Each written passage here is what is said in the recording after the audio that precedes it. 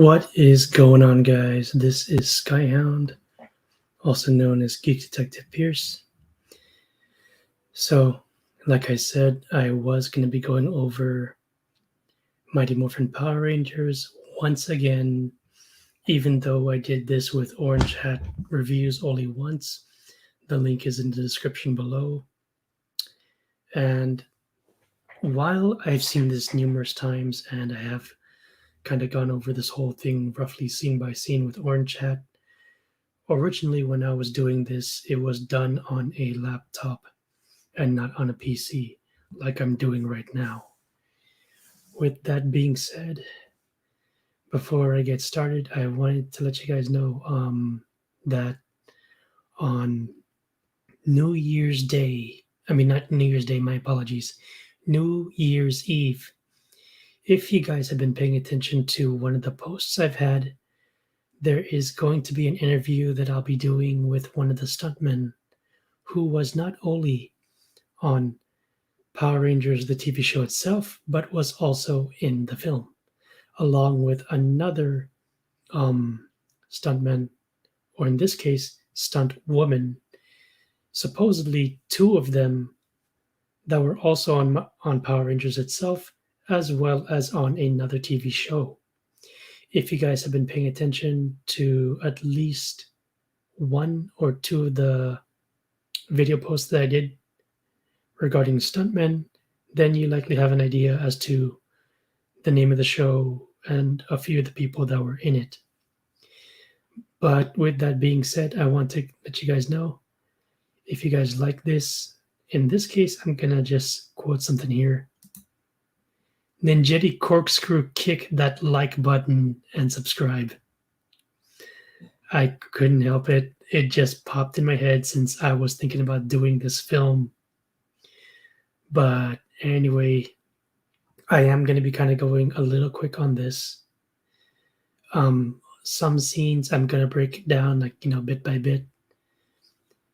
So the film starts off with the crawling narration that is cited by a particular character who I will cite later, but she's basically going over like how centuries ago, the interdimensional being Zordon came to the city of Angel Grove to establish a command center for his never-ending struggle against evil. And with his assistant Alpha 5, the Noble Master sought out 6 teenagers and gave them the power to become a superhuman fighting force. And then eventually we get to the opening scene where Tommy and the others are doing a skydiving event to help raise money to help save the observatory of Angel Grove.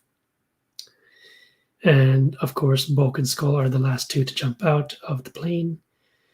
And obviously, I want to point out a few things. First off, when I got a chance to meet with Steve Cardenas, who played Rocky, as well as Karen Ashley, who played Aisha, I briefly did discuss about the film with them, and at least some of the stuff that I recalled. And Karen did explain to me when I first met her. This was at Anime Expo in 2009. It seems so long ago since I, recalled that moment. And the thing was that with the skydiving sequence, as a kid, you don't notice it, but when you become a teenager, you start to notice a few things. Basically, most of the skydiving sequence was green screen. And with that part being said, one of the kids, whose name is Fred, is a big fan of Tommy Oliver. And he gets an important role later in the film with regards to trying to get the kids' attention about, what's been going on. And I do want to let you guys know there is going to be some spoilers for those of you who have not watched the film. If you have not, do take the time to watch it first, then come back to this, or go over to the review that I did with Orange Hat Reviews. Again, link is down in the description below. So around the construction site, one of the guys gets a little too close to the chamber where Ivan Ooze is sleeping, and a burst of his evil energy comes out. As a result, it causes the sensors within the command center to go haywire. And before I go any further, I want to point out I did put in the link down below, in the description down below, the interview with Karen Ashley, who played Aisha. And this interview was done from the channel Power Rangers Playback. Quick shout out to Sutherland and Nakia Burisse, who is, of course, Zeo Rangers 1 and 2, as well as Turbo, Pink, and Yellow, respectively. And Catherine, of course, being the second Mighty Morphin Pink Ranger after Amy Jo Johnson left the show. During the interview, Karen pointed out that one of the suit actors, Peta, was actually the one who was in the suit for Alpha 5.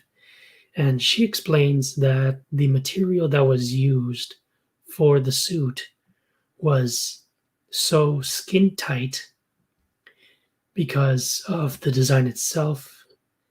And if you compare it to the Alpha that we see in the TV show, slight differences are there, but I'd say maybe 60-70% of the design is almost more or less the same, save for a few small details.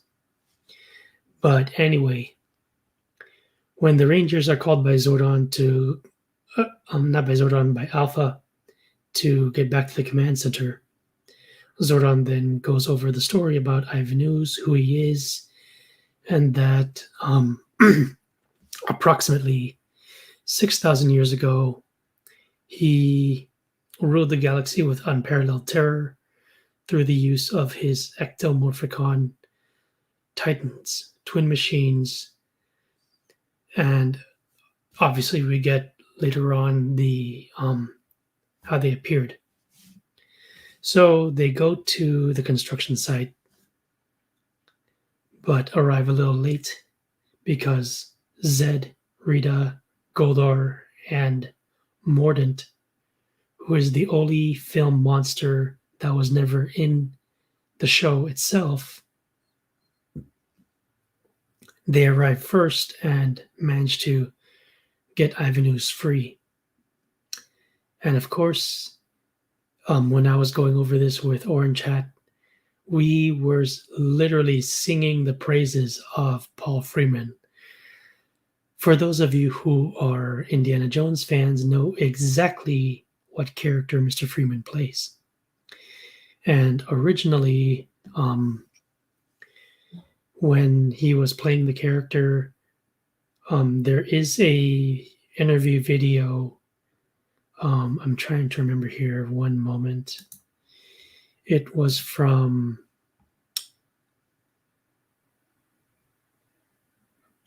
it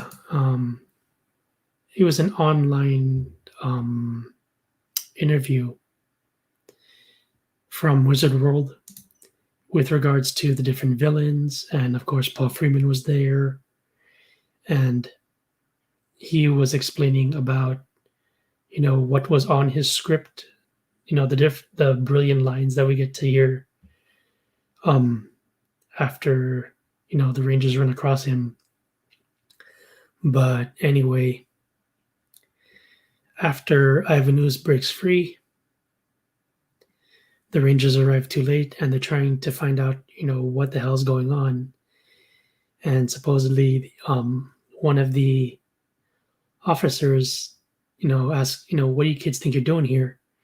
And Kimberly goes, you haven't actually seen a morphological being around here, have you? And the guy's like, morphological being? What the hell is that? Wait a second. Did it look something like this? And then we see Ivan Ooze revealing himself. And obviously, I'm going to kind of like quote and like do a little bit of impromptu voiceover here. So, Mr. Paul Freeman, I hope you don't mind. I really loved your work in Indiana Jones as well as this film. So kudos to you, sir. You're too kind. Allow me to introduce myself. I'm the galactically feared, globally reviled, universally despised. They call me Ivan Ooze. And then Rocky, fires back stating, well, pack your bags because we're about to send you back right where you came from. Gee, teenager with a big mouth. Not much has changed in 6,000 years. And then obviously we get, I'll put it this way. Kimberly obviously has like the most amusing, but sometimes, I don't know if I would say poorly timed, but sometimes the most amusing teenage girl lines like ever written, even on the TV show. And she's like, obviously you don't know who you're dealing with, Mr. Raisin Head. Really? Yeah, we're the Power Rangers. Whoa, where's my autograph book? Ha! Power Rangers, huh? So, Zordon still has a bunch of kids to do his dirty work. Well, meet my kids. And then we see him form the Oozemen, of course. And there's a funny little tidbit I want to point out. I did once get one of those pre-owned promo card sheets with regards to the film itself, and one of the cards mistakenly put the Oozemen as Ivan Ooze, and I'm thinking to myself, okay, I get it's a promo and all that though, but I don't know if that was actually the case with the cards themselves.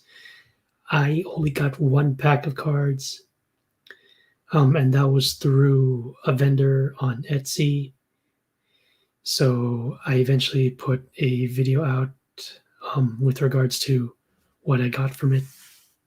But anyway, Ivan then leaves the Rangers to deal with his henchmen. And obviously we get some pretty good fight scenes with the Rangers unmorphed, as well as some pretty hilarious lines from some of the characters and some pretty decent ones. With Tommy, he pretty much goes, welcome to my nightmare. And then there's a line done by David Yost, who plays Billy, after he knocks down one of the Oozemen. He says, you ooze, you lose, before another one tackles him. And right when we get to the morphing sequence, I have to point this out now. There's a particular part that I knew was a little off. But then again, yes, I get the fact it is a kid's film. There is a few minor issues with the props. Now, the actors themselves did point out a few things. I think even the suit actors as well. But with that being said, let me point out one of these little tidbits to you guys right now. You might have noticed it during your teen years if you went to watch it. Then again, for those of you who have watched, tokusatsu, in this case Super Sentai, which is what Power Rangers was based off of, let me show you guys a quick example of the obvious issue with the props.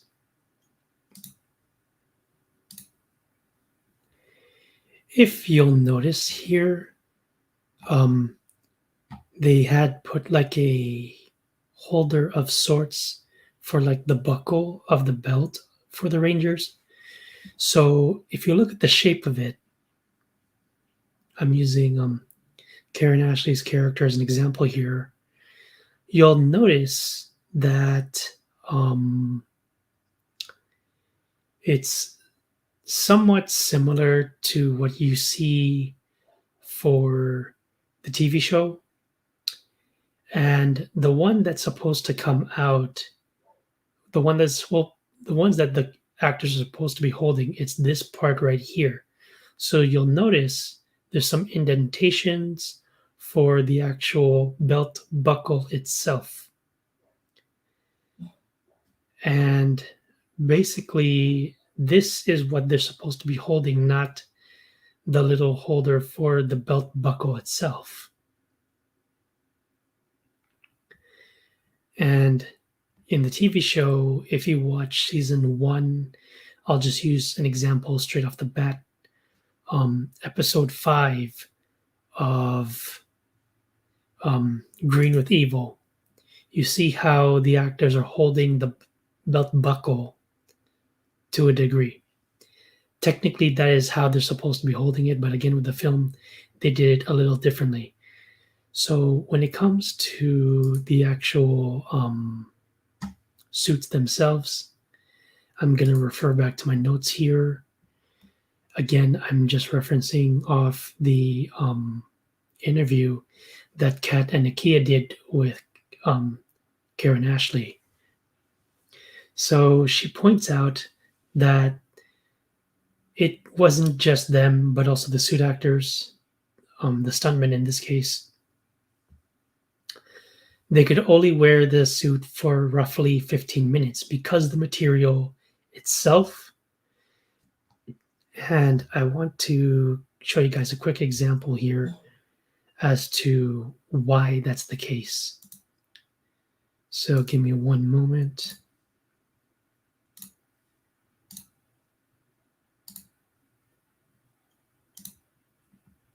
So look very carefully on the design of the suits. I'm using the one for Adam's character in this case.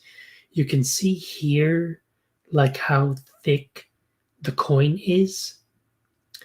And then if you look at how the design of the arm piece of the suit itself, it does look a little bulky.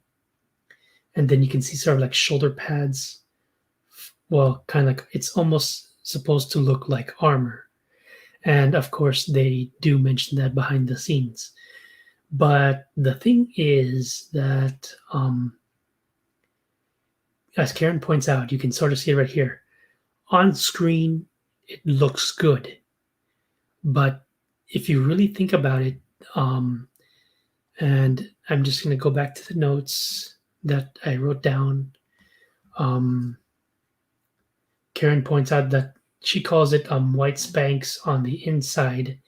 We don't actually get to see how the suits look like on the inside per se, but it allows the actors to get inside easily. And for suit actors, especially for you guys that cosplay, getting in is one thing.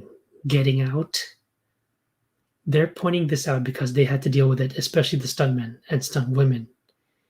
It was a chore. And they're not joking about this. Karen strictly pointed out they needed roughly at least 6 people to assist with removing the suits because the longer they were in there, it didn't allow the body to sweat and breathe because, again, it's really skin tight. It restricts movement. So they really had to be quick in getting certain shots when doing this. So eventually, after the Rangers morph and engage with the Ooze men, they do manage to succeed. But as a result, Ivan Ooze does break into the command center. And I did point out with Orange Hat during my review with him one of the references that they used for CGI was the second Terminator film, because the way the ooze forms going from liquid form to slowly into a solid form with the actor inside the suit and the costume, they used that reference for the liquid form on Ivan Ooze as he transitions from solid to liquid. Anyway, he goes inside. Zordon's not happy to see him, and he gives some of the most amusing lines in the film. After Zordon says, you're not going to get away with this, Ooze. You robbed me of my pride. I was the most supreme ruler of the most foul empire in the universe. And now it's time to pay the piper. And then he starts trashing the place. He's like, oh, all the things that I have missed. The Black Plague. The Spanish Inquisition. The Brady Bunch reunion. And I know we mentioned it during the review. Again, the link is in the description below. But it was kind of silly and funny when you're hearing Paul Freeman deliver these lines. And the thing is that it kind of takes you temporarily out of the moment because of how ridiculous it sounds. But in a way, the way how Mr. Freeman delivers those lines, it's so hilarious. And I mean, it's a guilty pleasure of most of us that grew up in the 90s. I understand for some of you guys, roughly after Austin St. John, Walter E. Jones, and Tui Trang left the show, that, you guys stopped after that point. But anyway, getting back to the film, as the Rangers are fighting against the Oozemen, there's definitely some hilarious lines and a few extra tidbits. Kim has the pterodactyl thunder whip. Billy has the Stego stinger. And basically, Tommy is able to use Saba to cut the rope. That is where the Oozemen are actually flattened and, put back into liquid form. But as a result of Ivan attacking the command center, they lose their powers. And then, obviously, Zordon is out of his time warp and he's slowly dying when the Rangers get back. And Alpha notifies the Rangers that there is a way of trying to save Zordon, but the power that they're looking for is on the distant planet of Phaedos. So, as the Rangers are heading over to Phaedos, Rita, obviously voiced by the great Barbara Goodson, is going, how could he let him slip through his hands? He's no better than the rest of the hired help around here. And Robert Axelrod, voicing Lord Zed, goes, oh, give it a rest. And we see Paul Freeman as Ivan Ooze going inside Zed's lair. And it's the lines that are put in this one is so hilarious. And Rita's going, you egg-sucking purple pinhead, the Rangers are going after the great power. I thought you said this guy was the master of disaster. He's nothing but a slime-infested jelly donut. And then Ivan just throws a bit of his ooze to silence Rita, and Zed is like, finally somebody shut her up. And Ivan is pretty much this is where he's having the most fun. And I gotta give, again, props to Mr. Freeman. Your feebleness is staggering. You obviously need a vacation. I believe the current circumstances forces us to choose a new Lita. And I pick me. Who does this clown think he's dealing with? The boogeyman is taken over. No one double crosses Lord Zed and lives. And so we see Zed try to zap Ivan into submission, which of course he's unfazed.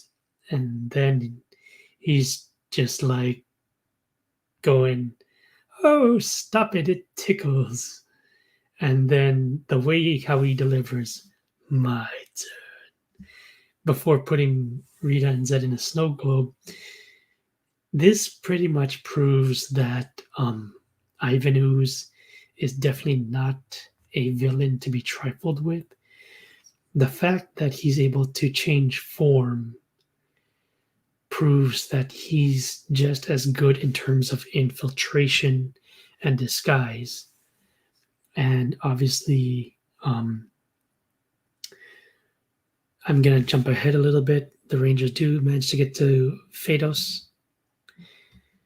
And by the time they arrive and explore around, Ivan eventually sicks his Tengu warriors on the Rangers. And unfortunately, without their powers, they're pretty much getting their butts kicked until we see someone intervene. And we first get the reveal of Dulcia. And basically, she makes short work of these Tengu warriors, drives them off, and as Rocky is trying to say thank you, she pretty much turns back, scowling at them, saying, "If you want to thank me, go back to wherever it is you came from." And Aisha's like, "We can't go back." And Billy points out, "We were told there was a great power here. Is it true?" "Yes. The ground is littered with the bones of those who have tried for it and failed." And Tommy is simply trying to explain to her, "Well, we're different. We never fail." And then Dulcia just pretty much knocks him out on his butt and pins him down with her staff. And Aisha is the one that has to point out, "Look, we don't want any trouble. Our leader Zordon sent us." And she's like saying, "Zordon? Did you say Zordon? You know Zordon? Who are you?" And so eventually Dulcia eases off and introduces herself. "I am Dulcia, Master Warrior of the planet Phaedos. What has happened to Zordon?" And so the Rangers explain that Ivan Ooze got free. And of course, Dulcia knows this cretin, if you will, and points out to the Rangers, "If we don't hurry, your planet is doomed." And so, going back to Angel Grove, Zordon wants to know what is going on. So, Ivan says to Goldar and Mordant, when they take over an abandoned factory, taking over the world is one thing. Finding the people who could help, good people to help you to do it, that's the cure. And Mordant's like, "Would you like me to make a few calls, eh?" "No need. I shall recruit the parents of Angel Grove." No offense, boss, but they might find you a little disgusting." "Well, I suppose you'd be the experts on that. You forget. I'm a master of disguise." "How could I forget? I never knew." "First, I'll turn them into zombies. Then I'll have them dig up my ectomorphicons." "How are you going to do that?" "By showing them the wonders of being wicked, with a little bit of Ivan's ooze." And so he uses his powers to pretty much power up the factory. And then he eventually goes and disguises himself to distribute his ooze over to kids at a local fair. Alpha and Zordon then find out about it. And eventually, we cut back to Phaedos, and Dulcia leads them to the ancient ruins of the Ninjetti. And it is from here where they get introduced eventually to their Ninjetti powers. So Dulcia points out to the Rangers, inside each of us is an animal spirit waiting to be released. Close your eyes and look deep inside. And so eventually the Rangers do get introduced to their to their ninja forms through Ninjetti. And there is a part that I want to point out. I did show it in the little quick intro transition video that I did just like several minutes ago before I started the video. So bear with me for a few minutes. I have it here somewhere.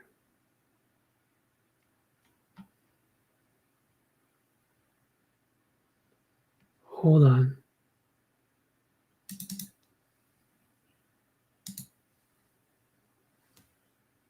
Oh, wait a minute. I know where it is. Hang on a second.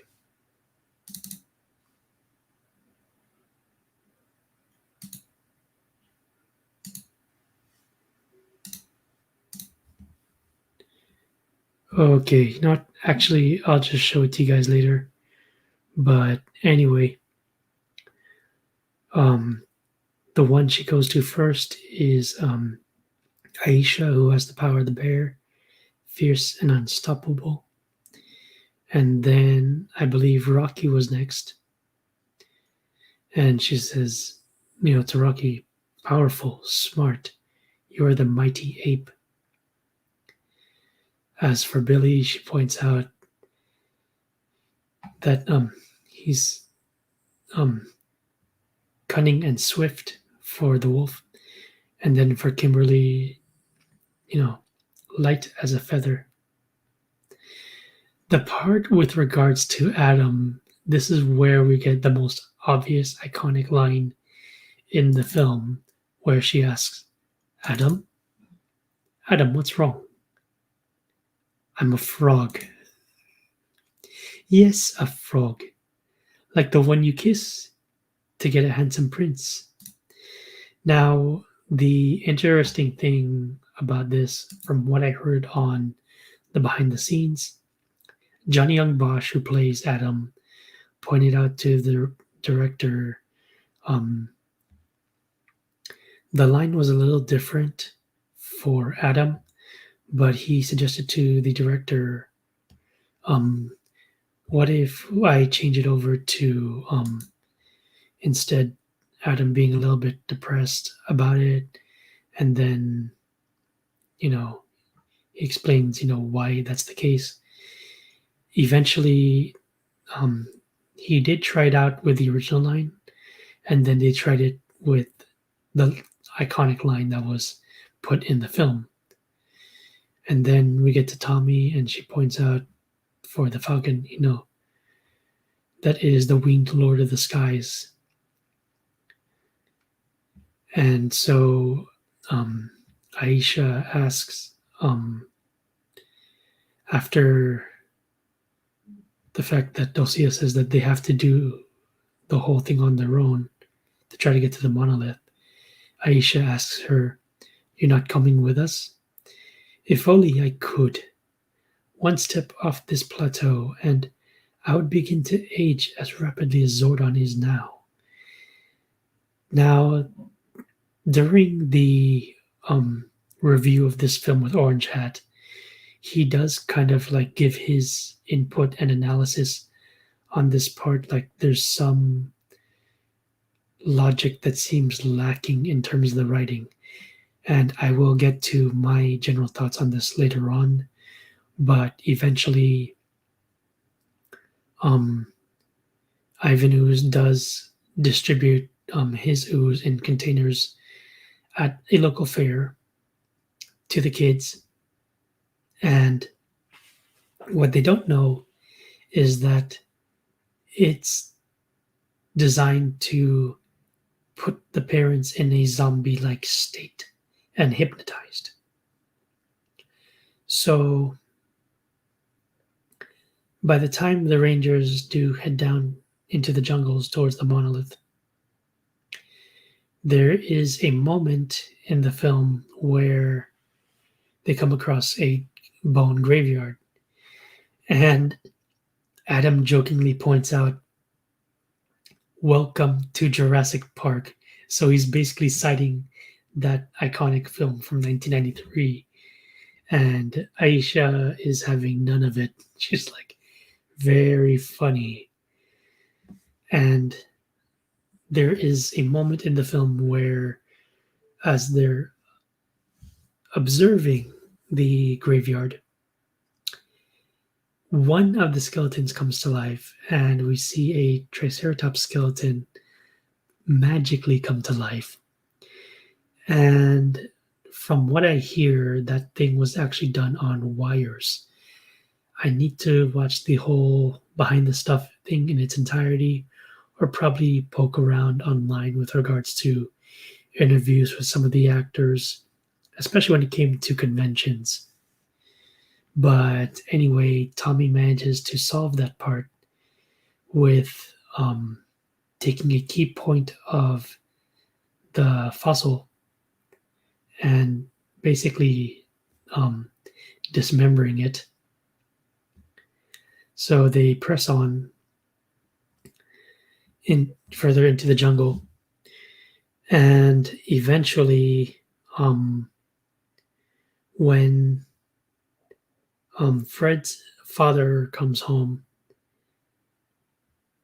he spots the container of ooze in the house, and then by the time his hand gets in contact with it, he eventually becomes a hypnotized zombie, and then we find out that he is actually hypnotized like all the other parents.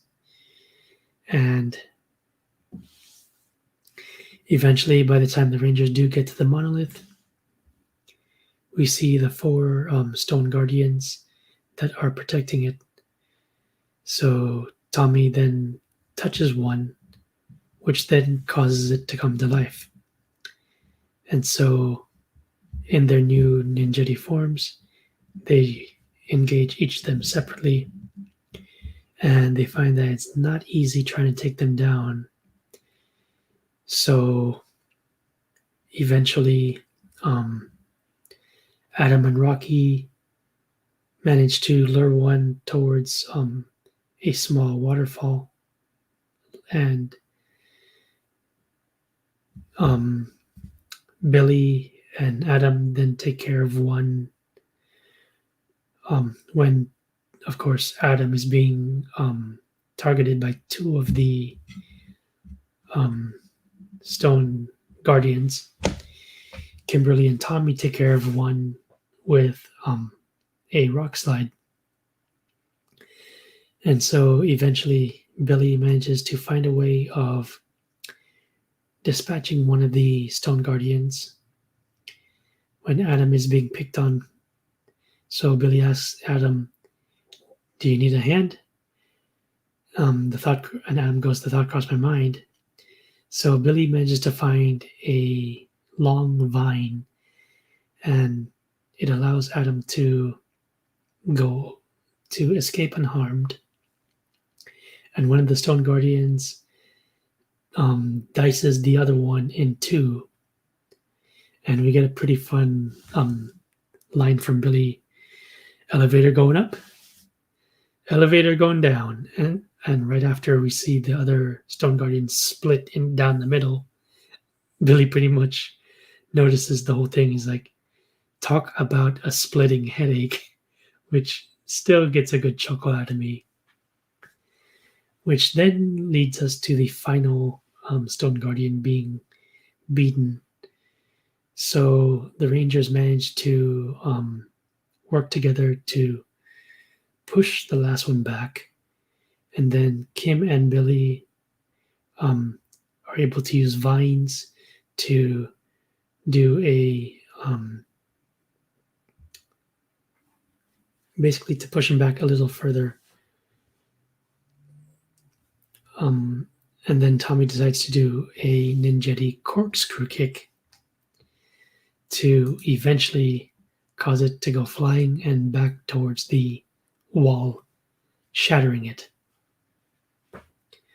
This then in turn allows the Rangers to get access to the Great Power, which of course allows them to get new Zords, and their powers get restored. Back on Earth, Fred notices the parents are over at the construction site digging up the ectomorphicon machines. And of course, there's some amusing moments in the film, and the Tengu come back, and Ivan asks him, "How did you fare?" And so some of the Tengu actually break down, what went on Phaedos, and Ivan asks them point blank, "So they have all been destroyed?" "Well, we were about to destroy them." "What? You didn't kill them? You call yourself Tengu warriors? You're more like Tengu turkeys. I should have you all stuffed and roasted. But master, there's this huge monster with these huge sticks. She kept twirling them around. Do these sticks have a whistling sound?" Well, it was more like nails on a chalkboard." Dulcia, that manipulative, maniacal, sniveling sea devil of a witch. If she leads them to the Great Power, everything will be ruined. You want us to get another whack at it? How about taking another quack at it? And then zaps them and pretty much obliterates them all. And that line or that exchange, at least to me, never gets old, despite the fact that there is a point in the film that some people pointed out that behind the scenes they tried their hardest to hide the equipment when bringing in some of the characters. Some of it was successful, other parts of it was not as much. And basically, they do manage to unearth the ectomorphicon titans. And then we see back at the factory, Fred is hiding within the machinery. And we see that eventually Ivan tells the parents that, frankly, I'm sick of your silly faces and your dull personalities. And he sends them off back to the construction site to leap to their doom. And as a kid, for most, some may not understand what it means. Others, like myself, knew that it had a dark underlying tone with that command. So even though the film came out in 1995, I may have been a young kid, but I was not dumb. I knew exactly what that meant. I knew the connection. I just didn't say anything at the time. But I did know that pretty much, Fred spells it out to the kids as they're having a party over at the eatery known as Ernie's. Now, some of you are probably wondering, how could I have known that the sign said Ernie's on there? Even though I was a kid, I knew I could sort of read it. it did mention a name, but when I watched it again as a teenager, I knew exactly what it was referring to because in the show, Ernie is the name of the guy who runs a juice bar over in Angel Grove. So in the film, it does make some sense that it is referring to somebody within Power Rangers, so to speak. So Fred eventually manages to get the attention of the kids, and he points out to them that Ivan Ooze was evil and that they're all been brainwashed and that they need to go save their parents. So, anyway, I'm jumping a little bit ahead, but the ectomorphicons lay waste to certain sections of Angel Grove. And so by the time the Rangers come back, they find out that the ectomorphicon titans have been unleashed, and they go and summon their Zords. So there's some hilarious lines from Ivan Ooze as Tommy tries to engage the Scorpion ectomorphicon, and there's a slight difference between how that Falcon Zord is versus the one that is in the original show itself. In the film, the tips become missiles, and he unfortunately misses the first time. The Scorpion ectomorphicon lands a shot at him, and Tommy has to temporarily bail out. And Goldar is going, "Oh, we got him now, boss. Touch me again, and you'll be chicken wings in the morning." And so he's forced to let go. So Adam engages with the Frog Zord and manages to electrify him for a bit. But unfortunately, the Scorpion ectomorphicon is unfazed, and then Billy comes in and manages to get a hold of the tail with the Wolf Zord, with, of course, its mouth. But again, the Scorpion tries to shake it off with its tail, and then we see both Rocky and Aisha try to engage the Hornet ectomorphicon, and the thing that some people have pointed out with that film, with the film, is that there was not much interaction or action on Aisha's end. But if you really think about it, the bear is pretty big, and yes, it could try to attack, but they let that part go to Rocky with his Ape Zord. In the meantime, we get a point, and this one I never get tired of. So Kim tries to attack Ivan, and Ivan goes, "Ah, here comes the cute little pink ranger to the rescue.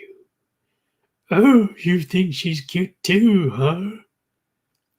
And Ivan's like, "Knock it off."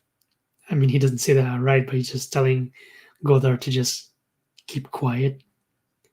And Kim goes to try to attack, and Ivan's like, "So, you want to play, huh?" And then he has her locked in an electromagnetic deadlock. And Aisha suggests to Kim to use her thrusters, which allows her to escape. And so Billy manages to eventually cause the ooze to start leaking after the tail breaks off. And Adam is stating that the stabilizers is unable to hold on to the Titan. Tommy manages to get back in, has a second shot at the Scorpion Ectomorphicon, fires the rockets, effectively destroying it. As a result, Ivan is really annoyed as the Rangers manage to close off a section of the city. So he manages to eventually merge with the Hornet Ectomorphicon, allowing Ivan to become big.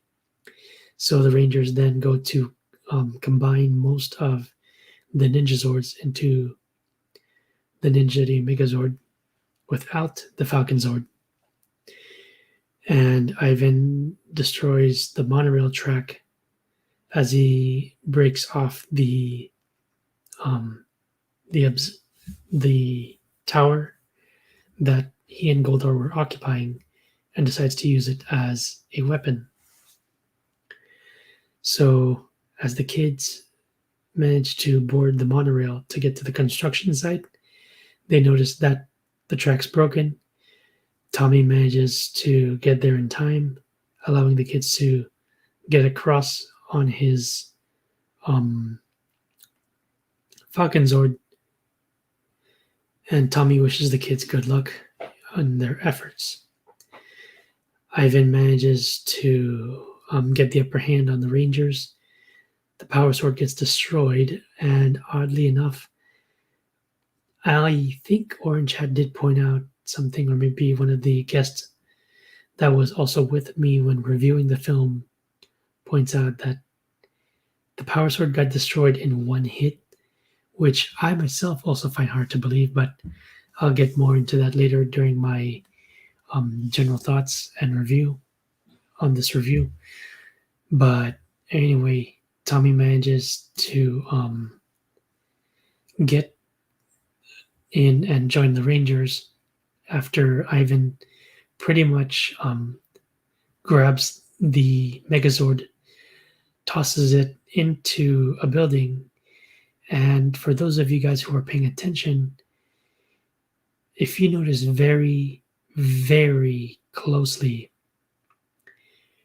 there appears to be a brief moment where it looks like there was one model of the Megazord itself after it gets thrown into a building. And of course, they do have some practical sets on the inside of the interior of the cockpit, which is basically from the head of the Crane Zord. So Tommy manages to land on there and create the Ninja Falcon Megazord. And then they set the course for space. And then we cut into the construction site where the parents are getting closer towards are slowly approaching the edge of the construction site, where it is pretty much like a deep drop, so to speak. But the kids manages to make it on time to try and stop them. So Fred eventually comes up with a plan to try and have the water tank and then the levee that's used during construction to allow him more leverage. So he has Bulk and Skull join him in trying to turn on the water hose. And the kids try their best to push them back, but to no avail until Fred intervenes. So the Rangers manage to get into space and try to lure Ivan towards the path of the comet. And Ivan thinks he has the upper hand on them, and the system starts to kind of like slowly overload a bit. And Ivan is taunting them, saying, "Have you hugged your Zords today?" By the time they get to the path of Ryan's comet, we get to a pretty obvious moment, which is kind of funny in the film, where Aisha goes, "Desperate times calls for desperate measures." And Kim goes, "What are you doing?" taking care of business, slams the emergency button, which prompts the Megazord to knee Ivan Ooze in the gentleman's jewels, allowing them to get away. And then Ryan's comet eventually causes him to obviously get destroyed, thereby breaking the spell that the parents are on. And of course, the Rangers eventually are going to celebrate in a bit, but they manage to get back to the command center. But Alpha points out to them that they made it, but they're too late because Zordon's already gone. And then Tommy remembers what Dulcia points out, that to those who have the great power, anything is possible. And so they get in a circle, join hands, and then try to concentrate the energy from the power that they received. And eventually Zordon does get revived. And he gets placed back in his time warp, if you will. And, Zordon points out to them that, he's glad to see them as well. So the Rangers eventually celebrate, and Fred eventually joins them. And somehow the Rangers learn that rumor has it that he manages to help out in a certain situation. And Aisha points out to him, I hear that you yourself might become a ranger one of these days. And Fred is like, nah, that's impossible. And Tommy tells him, hey, anything's possible. You really think so? I know so. And so eventually we get to a point where the Rangers get a little greeting stating that, thank you and all of that as they're celebrating. And eventually we get to the end of the film. Now, with that being said, I will point out objectively this film did an okay job. Yes, I get the fact it's set up in an alternate universe, and therefore the events are not canon. So, frankly, the story is somewhat straightforward. Are there some logic and gaps in terms of how things occurred? Yes and no. They tried to establish a new villain. They did an okay job on that. So we did, myself, Orange Hat, and our second guest, when we were reviewing this film originally, I did miss out on the chance of going over the CGI element. Now, let me be clear. CGI back then, it was a very expensive piece of technology. And to be clear, it did start out with Terminator 2. Then they tried to carry that on with Jurassic Park.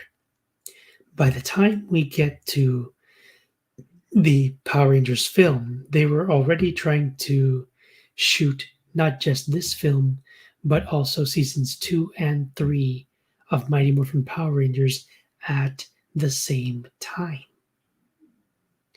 So with the newcomers for Karen, Steve, and Johnny replacing Jason, Walter, and Twee for red, black, and yellow respectively, it was pretty much, from my understanding, almost like a fish out of water, and they had a pretty tight schedule.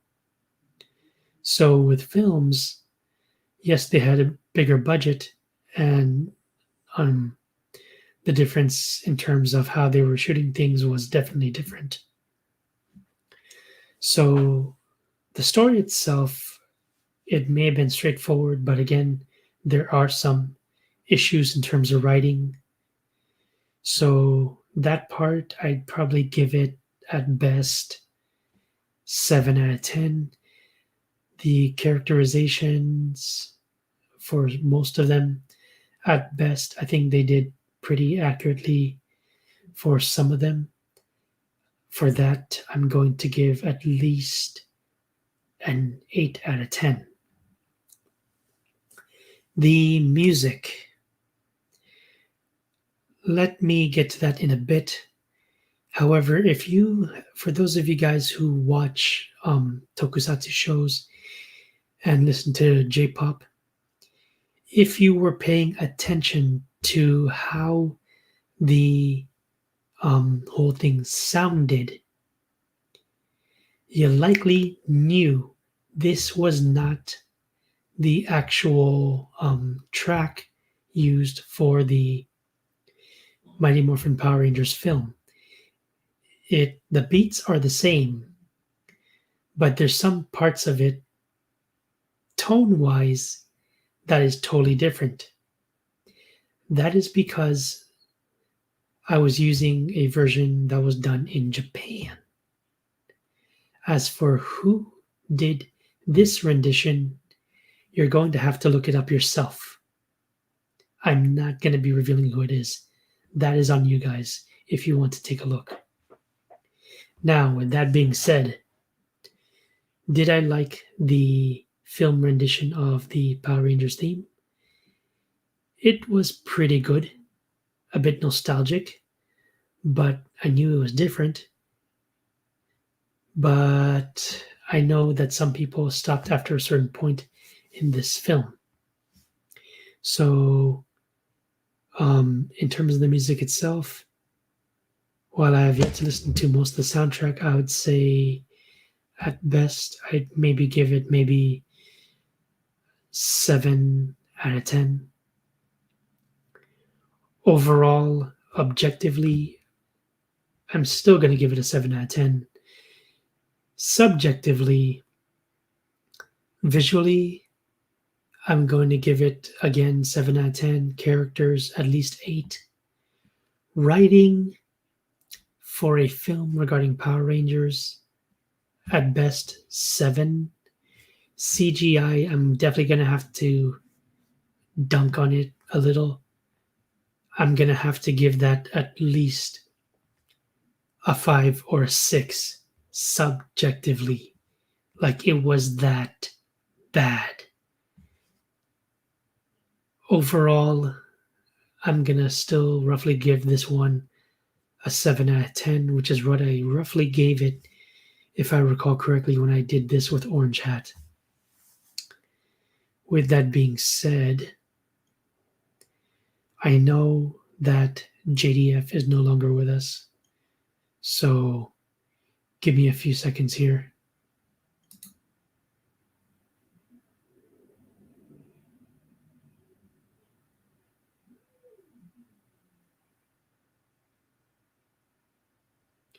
Once a Ranger, always a Ranger. And with that being said, we have come towards the end of this live stream. If you guys liked it, do hit the like and subscribe button. Do feel free to share this with anyone who are fans of the show. Now, if you guys were paying attention to the posts I put in the community section of my channel, you would likely have noticed that I am going to be reviewing, or not reviewing, I'm interviewing a particular stuntman who was a part of this film.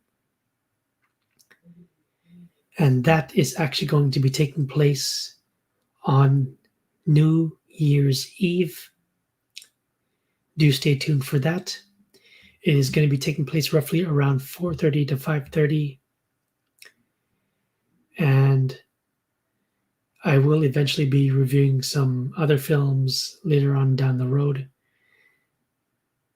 So I will let you guys know that in terms of my RetroRev project, I will eventually be going over a certain British assassin, if you will.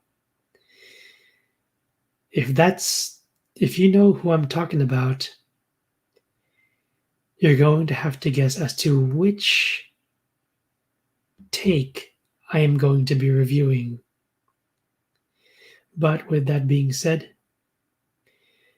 hope you guys enjoyed this review on Mighty Morphin Power Rangers, the movie. This is Skyhound, also known as Geek Detective Pierce. Stay safe, stay sane, and stay humble. And also, advanced Happy New Year. Peace.